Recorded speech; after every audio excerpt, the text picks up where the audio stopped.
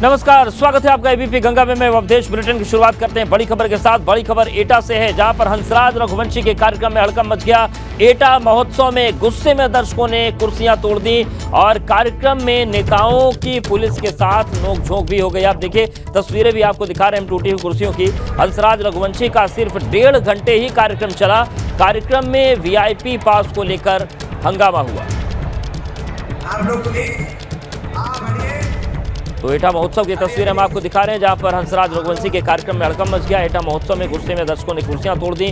कार्यक्रम में नेताओं की पुलिस के साथ नोकझोंक हुई। हंसराज रघुवंशी का सिर्फ 1.5 घंटे कार्यक्रम चला और कार्यक्रम में वीआईपी पास को लेकर हंगामा हो गया था। तो देखिए, 2 तस्वीरें आपको दिखा रहे हैं। पहली तस्वीर टूटी हुई कुर्सियों की, दूसरी उस वक्त की जब यह हंगामा चल रहा था। और राकेश हमारे साथ जुड़ गए, हमारे सहयोगी। राकेश, ये जो पूरा बवाल मचा, ये शुरू कहां से हुआ था, क्या हुआ पूरा घटनाक्रम वहां पर?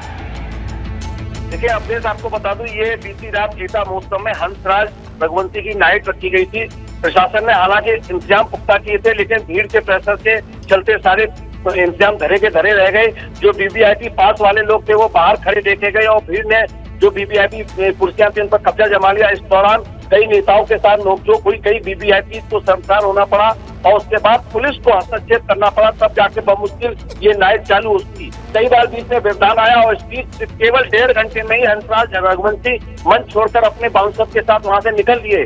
पब्लिक ये सोचती रही कि दोबारा होगा, ये इंटरवल का समय है, लेकिन वो ठगी की ठगी रह गई जब उसने देखा कि अब तो पूरा का पूरा शो खत्म कर दिया गया है। तो कुल मिलाकर कहा जाए कि हंसराज रघुवंशी का जो शो था पूरी तरह से अव्यवस्थाओं की भेंट चढ़ गया और भीड़ थी, उसने उपद्रव करके जमकर कुर्सियां तोड़ी और पूरे पंडाल को तहस नहस कर दिया। जी बिल्कुल। और इस मामले में क्या राकेश, कोई अब मामला दर्ज हुआ, एफआईआर दर्ज हुई है जिन लोगों ने हंगामा किया? देखिए, अभी तक जो सूत्र बताते हैं, पुलिस ऐसे लोगों की तलाश कर रही है जो हंगामा करने वाले थे, लेकिन भीड़ बहुत थी, इसलिए कोई आइडेंटिफाई नहीं किए जा सके अभी तक। लेकिन फिर भी प्रशासन ने इसे गंभीरता से लिया है और जो भी लोग हैं उनको चिन्हित करने की भी कार्रवाई शुरू हो गई है। लेकिन आपको बता दें, बहुत बड़ा कार्यक्रम था, इसमें बहुत ज्यादा भीड़ का प्रेशर था, लेकिन जो बदरीन जाने की उसके चलते जो वीवीआईपी पास थे उसको लेकर हंगामा शुरू हुआ और देखते ही देखते हंगामा इतना बढ़ गया कि कई बार हंसराज रघुवंशी के कार्यक्रम को रोकना भी पड़ा और बाद में उन्होंने असहज महसूस करते हुए मात्र 1.5 घंटे में, जो कार्यक्रम 3-4 घंटे चलना था, मात्र 1.5 घंटे में भी हंसराज रघुवंशी को वहां से जाना पड़ा। शुक्रिया आपका जानकारी और अपडेट्स को देने के लिए राकेश। और बड़ी खबर गाजीपुर से भी है, जहां पर नकल कराने पर बुलडोजर चलेगा। गाजीपुर में नकल विहीन परीक्षा कराने की तैयारी है और नकल कराते अगर पकड़े गए कोई तो उन पर रासुका के तहत कार्रवाई की जाएगी। आरोपी की संपत्ति भी कुर्क होगी और घर पर बुलडोजर भी चलेगा। गाजीपुर में कुल 253 परीक्षा केंद्र बनाए गए हैं। 1,70,000 छात्र छात्राएं परीक्षा में शामिल होंगे। 16 फरवरी से यूपी बोर्ड की परीक्षा शुरू हो रही है। तो गाजीपुर में जो जिला प्रशासन है उसने पुख्ता तैयारियां की हैं और ये तय कर लिया गया है कि जो नकल कराएगा उसको रासुका का सामना करना पड़ेगा। गाजीपुर के जिला विद्यालय निरीक्षक है, हम उनसे जानना चाहेंगे कि यूपी बोर्ड की जो परीक्षाएं हैं हाई स्कूल और इंटर की, इसको लेकर किस तरह की अभी तक तैयारियां चल रही हैं? जनपद में हमारे यूपी बोर्ड की परीक्षा को सफल संपन्न कराने के लिए 253 परीक्षा केंद्र बनाए गए हैं तथा इन परीक्षा केंद्रों में हर परीक्षा केंद्र पर एक केंद्र स्थापक, एक सह केंद्र स्थापक और एक क्षेत्र की नियुक्ति की गई है। जिलाधिकारी महोदय जी के नेतृत्व में यहाँ पे एक स्टाफ रूम बनाया गया है जनपद मुख्यालय पर, जिसके नेतृत्व के लिए उप जिलाधिकारी श्री संजय कुमार जी को नामित किया गया है, चिन्हित करते हुए नियुक्ति की गई है। साथ ही यहाँ पर हमारे कंप्यूटर जो हमारा सेल है, इसमें 30 कर्मचारी हमारे लगाए गए हैं, 16 कंप्यूटर लगे हुए हैं, 16 ब्लॉक हमारे हैं और जनपद को हमारे 10 जोन में और 35 सेक्टर में विभाजित किया गया है। 10 जोन में समस्त एसडीएम साहब, 9 एसडीएम साहब लगे हैं और एक डीएफओ साहब लगे हुए हैं और 35 सेक्टर निश्चय ग्रुप में जिला स्तरीय अधिकारियों की नियुक्ति डीएम साहब द्वारा की गई है। तो ये तो हमारे साथ जिला विद्यालय निरीक्षक, इन्होंने बताया कि यूपी बोर्ड की परीक्षा को लेकर तैयारियां पूर्ण हो चुकी है और यदि इस बार कोई भी नकल करता है तो उसके भी घर बुलडोजर गुजर सकता है। अनिल कुमार, एबीपी गंगा, गाजीपुर। और वहीं औरैया में बुंदेलखंड एक्सप्रेसवे पर दर्दनाक हादसा हुआ है। आगे खड़े ट्रक को डंपर ने जोरदार टक्कर मार दी और हादसे में डंपर चालक की मौत हो गई। क्लीनर घायल है। क्लीनर ने बताया कि डंपर का ब्रेक फेल होने की वजह से हादसा हुआ। ड्राइवर ने डंपर को रोकने की कोशिश की, लेकिन आगे खड़े ट्रक में डंपर टकरा गया और मौके पर पहुंची पुलिस ने ड्राइवर और क्लीनर को किस तरीके से बाहर निकाला। दोनों को अस्पताल में भर्ती कराया गया है, जहां पर डॉक्टर्स ने ड्राइवर को मृत घोषित कर दिया। डंपर झांसी से तिरवा की ओर जा रहा था।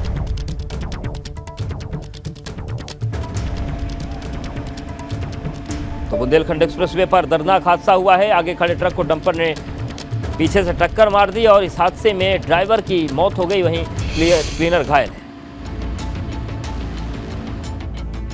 तो देखिए, दो तस्वीरें आपको दिखा रहे हैं।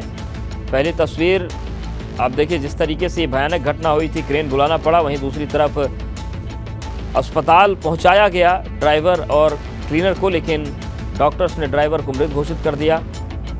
जो क्लीनर था उसका इलाज करवाया जा रहा है।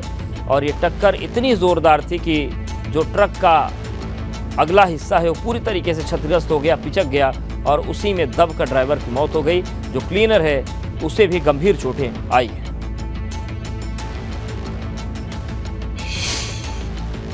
गाड़ी खड़ी थी, इधर एक नीला के ढाल से उतर रहे थे, सीधे सन चली है, घल गई पीछे से गाड़ी में घल गई। जो यहाँ से जा रहे थे तिरवा। दोनों घायल अवस्था में आए हुए थे, जिसमें राणा खान को चेक करने के बाद उनको मृत घोषित कर दिया गया है। और लल्ला जो पुत्र बालवीर, उनके पैर में काफ़ी ज़्यादा इंजरी आई हुई थी, तो उनकी प्राथमिक उपचार के बाद उनको रेफर कर दिया। बड़ी खबर ग्लोबल इन्वेस्टर समिट को लेकर आ रही। यूपी में 13,255 कंपनियां निवेश करेंगी। कंपनियों के साथ 20.96 लाख करोड़ के एमओयू साइन हुए हैं। 15 देशों से यूपी में आएंगे निवेशक। 1 करोड़ 81 लाख युवाओं को रोजगार मिलेगा। तो ग्लोबल इन्वेस्टर समिट को लेकर अच्छी खबर आई है। यूपी में 13,255 कंपनियां निवेश करेंगी। कंपनियों के साथ 20.96 करोड़ का एमओयू साइन हुआ है। समिट से पहले यूपी में बंपर निवेश आ रहा है। 10 से 12 फरवरी तक ग्लोबल इन्वेस्टर समिट चलेगा। पीएम मोदी इस समिट का उद्घाटन करेंगे और समिट में 13,255 कंपनियां शामिल होंगी। इसके साथ ही साथ समिट में 17.12 लाख करोड़ निवेश का लक्ष्य है। समिट से पहले 20.96 लाख करोड़ का एमओयू साइन हुआ है। तो 10 से 12 फरवरी तक ग्लोबल इन्वेस्टर समिट है और प्रधानमंत्री नरेंद्र मोदी इसका उद्घाटन करेंगे। अभी तक के जो एमओयू साइन हुए उसके मुताबिक 13,000 से ज़्यादा कंपनियां निवेश करने जा रही हैं उत्तर प्रदेश के अलग अलग क्षेत्रों में।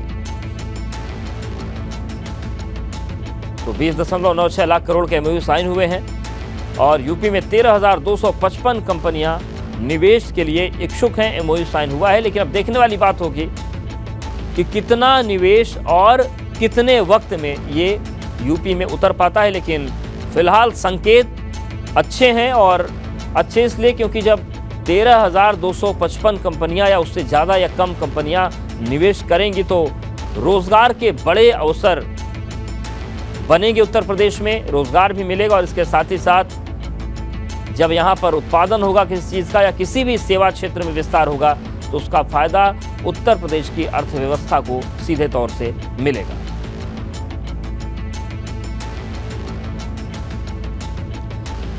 मुख्यमंत्री योगी आदित्यनाथ वाराणसी के दौरे पर रहेंगे। 2 दिवसीय वाराणसी दौरे में G20 की बैठक में तैयारियों और विकास कार्यों की समीक्षा करेंगे। बैठक करने के साथ ही स्थलीय निरीक्षण का भी कार्यक्रम उनका। मुख्यमंत्री टेंट सिटी भी जा सकते हैं। सीएम योगी काशी विश्वनाथ मंदिर में दर्शन पूजन भी करेंगे और कल सीएम योगी रविदास मंदिर भी जाएंगे। तो G20 की बैठक के मद्देनजर मुख्यमंत्री योगी आदित्यनाथ को 2 दिवसीय काशी दौरा है और G20 की बैठक के मद्देनजर समीक्षा बैठक होगी। विकास कार्यों की समीक्षा होगी और बैठक के साथ स्थलीय निरीक्षण भी सीएम कर सकते हैं। और चलिए आपको बताते हैं कि आखिर सीएम योगी का काशी प्लान है क्या। आज से 2 दिवसीय दौरे पर रहेंगे। G20 को लेकर बैठक करेंगे और G20 के लिए तैयारियों की समीक्षा करेंगे। विकास कार्यों पर अधिकारियों के साथ बैठक करेंगे मुख्यमंत्री और काशी में चल रहे प्रोजेक्ट्स का अपडेट लेंगे। काशी विश्वनाथ मंदिर में दर्शन करेंगे। सीएम योगी टेंट सिटी भी जा सकते हैं और 5 फरवरी को रविदास मंदिर में मत्था टेकेंगे मुख्यमंत्री योगी आदित्यनाथ। प्रसाद लंगर में भी वो शामिल हो सकते हैं। तो सीएम योगी का पूरा काशी प्लान हमने आपको बताया, लेकिन जो प्रमुख एजेंडा है वो G20 की बैठक ही है, जिसकी समीक्षा बैठक होगी। विकास कार्यों का की समीक्षा भी करेंगे और कई स्थलीय निरीक्षण भी वो कर सकते हैं। और यहीं केशव प्रसाद मौर्य ने ट्वीट करके सपा पर हमला बोला है। सपा को समाज को बांटने का जहर बेअसर हो गया, ये उन्होंने कहा।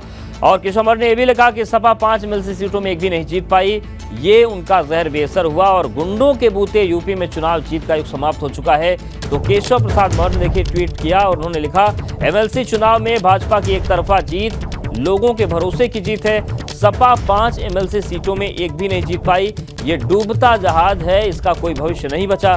सबका साथ सबका विकास की जीत, सपा का समाज को बांटने का जहर बेअसर हो गया।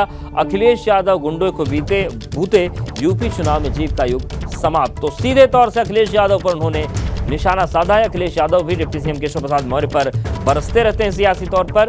तो ये आरोप प्रत्यारोप का जो दौर चल रहा है, इन सबके बीच रामचरितमानस से जोड़ते हुए केशव प्रसाद मौर्य ने ट्वीट किया कि समाजवादी पार्टी का जो जहर बोने का प्लान था वो फेल हो गया।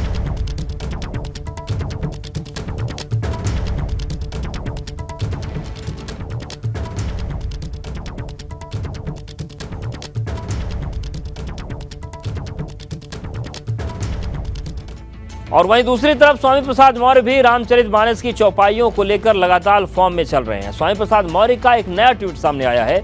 शूद्र सियासत को लेकर उन्होंने नया ट्वीट किया है।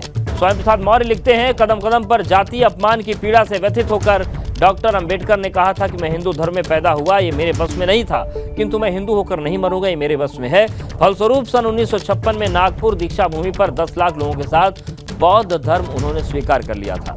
तत्कालीन उप प्रधानमंत्री बाबू जगजीवन राम द्वारा उद्घाटित संपूर्णानंद मूर्ति का गंगा जल से धोना, तत्कालीन मुख्यमंत्री श्री अखिलेश यादव के रिक्तोपरांत मुख्यमंत्री आवास को गोमूत्र से धोना व राष्ट्रपति कोविंद जी को सीकर ब्रह्मा मंदिर में प्रवेश न देना शूद्र होने का अपमान नहीं तो क्या है।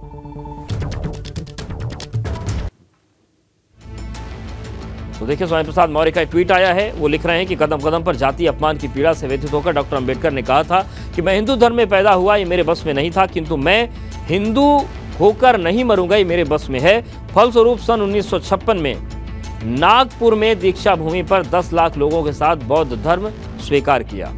अगले ट्वीट में लिखते हैं स्वामी प्रसाद, कदम कदम पर जातीय अपमान की पीड़ा से व्यथित होकर ही डॉक्टर अंबेडकर ने धर्म बदला था। तत्कालीन उप प्रधानमंत्री बाबू जगजीवन राम द्वारा उद्घाटित संपूर्णानंद मूर्ति का गंगा जल से धोना, तत्कालीन मुख्यमंत्री श्री अखिलेश यादव के रिक्तोपरांत मुख्यमंत्री आवास को गोमूत्र से धोना व राष्ट्रपति कोविंद जी को सीकर ब्रह्मा मंदिर में प्रवेश न देना शूद्र होने का अपमान नहीं तो क्या है।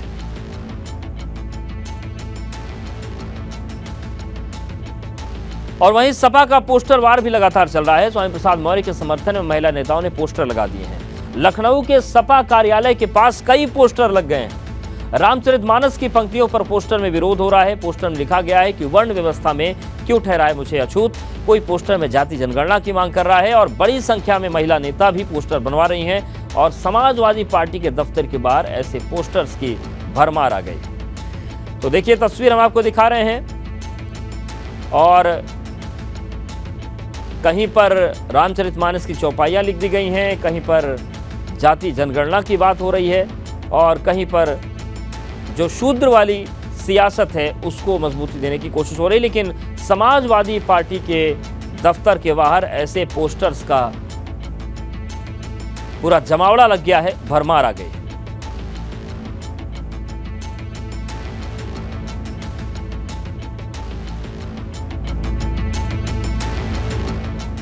अखिलेश यादव और शिवपाल यादव पर सीएम योगी ने बड़ा बयान दिया है। उन्होंने कहा कि लूट में अखिलेश और शिवपाल हमेशा साथ रहे। सीएम योगी ने हिंदी अखबार को दिए इंटरव्यू में कुछ बातें कही। उन्होंने कहा कि दोनों ने मिलकर यूपी के युवाओं के सामने पहचान का संकट खड़ा कर दिया। वो अलग कब थे, प्रदेश को बर्बाद करने में एक साथ थे। मुख्यमंत्री ने यह भी कहा कि शिवपाल को सम्मान नहीं मिलता तो वो भवन में चले जाते हैं, अपमानित होते हैं और फिर पास आ जाते हैं, बार बार अपमानित होते हैं। रामचरितमानस एजेंडा विकास नहीं भटकाव है और ऐसे में मुद्दों को हवा दे रहे हैं। तो देखिए, उन्होंने कहा कि लूट में अखिलेश शिवपाल हमेशा साथ थे, प्रदेश को बर्बाद करने में एक साथ हो रहे हैं।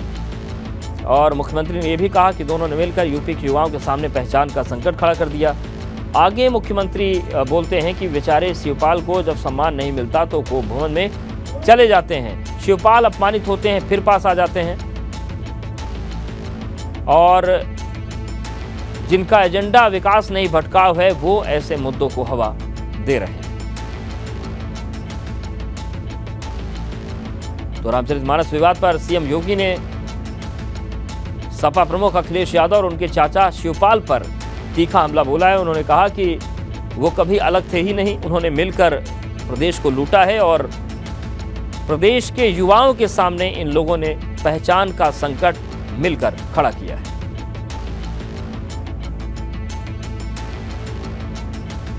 तो रामचरितमानस विवाद लगातार उत्तर प्रदेश की राजनीति को गर्म कर रहा है। एक तरफ स्वामी प्रसाद मौर्य लगातार बरस रहे हैं तो दूसरी तरफ सधे अंदाज में बीजेपी भी जवाब दे रही, लेकिन मुख्यमंत्री ने भी निशाना साध दिया है।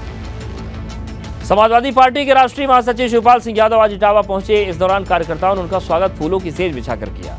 बजट के सवाल पर शिवपाल यादव ने कहा कि मध्यम वर्गीय को हो, किसान हो, नौजवान हो, महिलाओं के लिए बजट कुछ नहीं है। भाजपा लोगों का ध्यान असल मुद्दों से भटकाना चाहती है।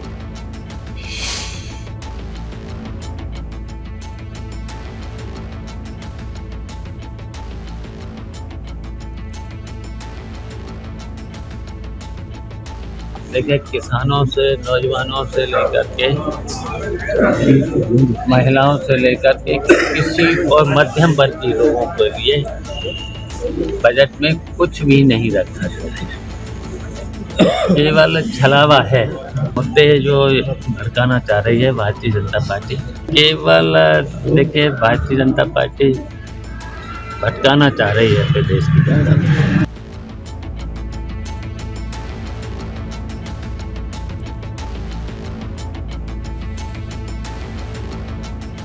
ग्लोबल इन्वेस्टर समिट से पहले सीएम यूपी वालों को एक बड़ी सौगात दे रहे हैं। सीएम योगी वीजा एप्लीकेशन सेंटर का उद्घाटन करने जा रहे हैं।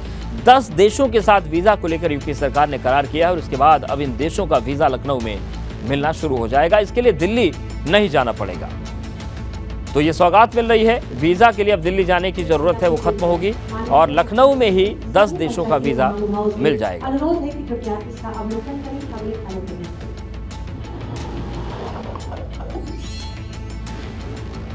तो देखिए, अब उसी एप्लीकेशन सेंटर का उद्घाटन करने जा रहे हैं मुख्यमंत्री और 10 देशों का जो वीजा है वो बिना दिल्ली जाए ही मिल जाएगा, लखनऊ से ही मिल सकेगा। पूरे विश्व में धूम मचा रही है। भारत की प्रगति में उत्तर प्रदेश का योगदान काफी महत्वपूर्ण है। भारत के सबसे बड़े राज्यों में से एक, हिंदी हृदय भूमि उत्तर प्रदेश इस देश की आत्मा है। अपनी विविधता, पुरातन संस्कृति, आध्यात्मिकता और बेहतरीन बोली के लिए जाने वाला उत्तर प्रदेश। देखिए, तस्वीर आपको दिखा रहे हैं। सीएम योगी वीजा एप्लीकेशन सेंटर का उद्घाटन करने जा रहे हैं। 10 देशों के साथ वीजा को लेकर यूपी सरकार ने करार किया है, जिसके बाद अब इन देशों का वीजा लखनऊ में ही मिल पाएगा। कौन कौन से देश हैं वो भी आपको बता देते हैं। ऑस्ट्रिया अगर आपको जाना है तो वीजा लखनऊ से ही मिल जाएगा। चेक गणराज्य जाना है तो भी आपको लखनऊ से वीजा मिल जाएगा। पुर्तगाल या स्विट्जरलैंड जाना है तो यहाँ का भी वीजा आपको मिल जाएगा। नीदरलैंड, क्रोएशिया, इटली, सऊदी अरब, हंगरी, जर्मनी, यहाँ के वीजा लखनऊ से मिल पाएंगे।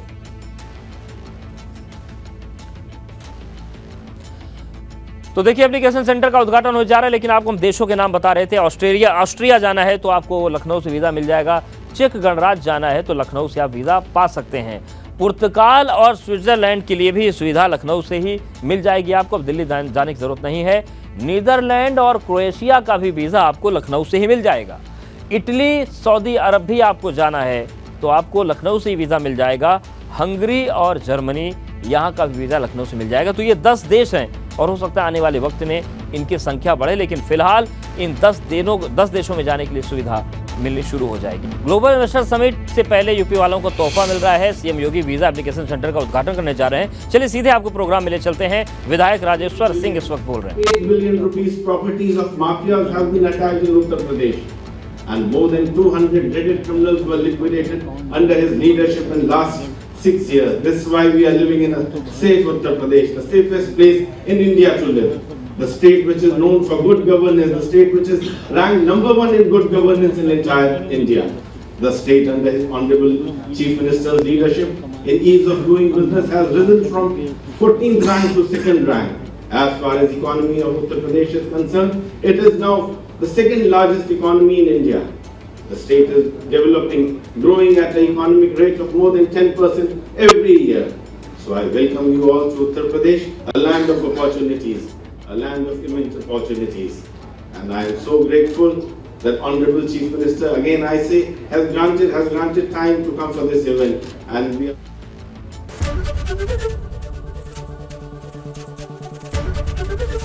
ABP गंगा, खबर आपकी, जुबान आपकी।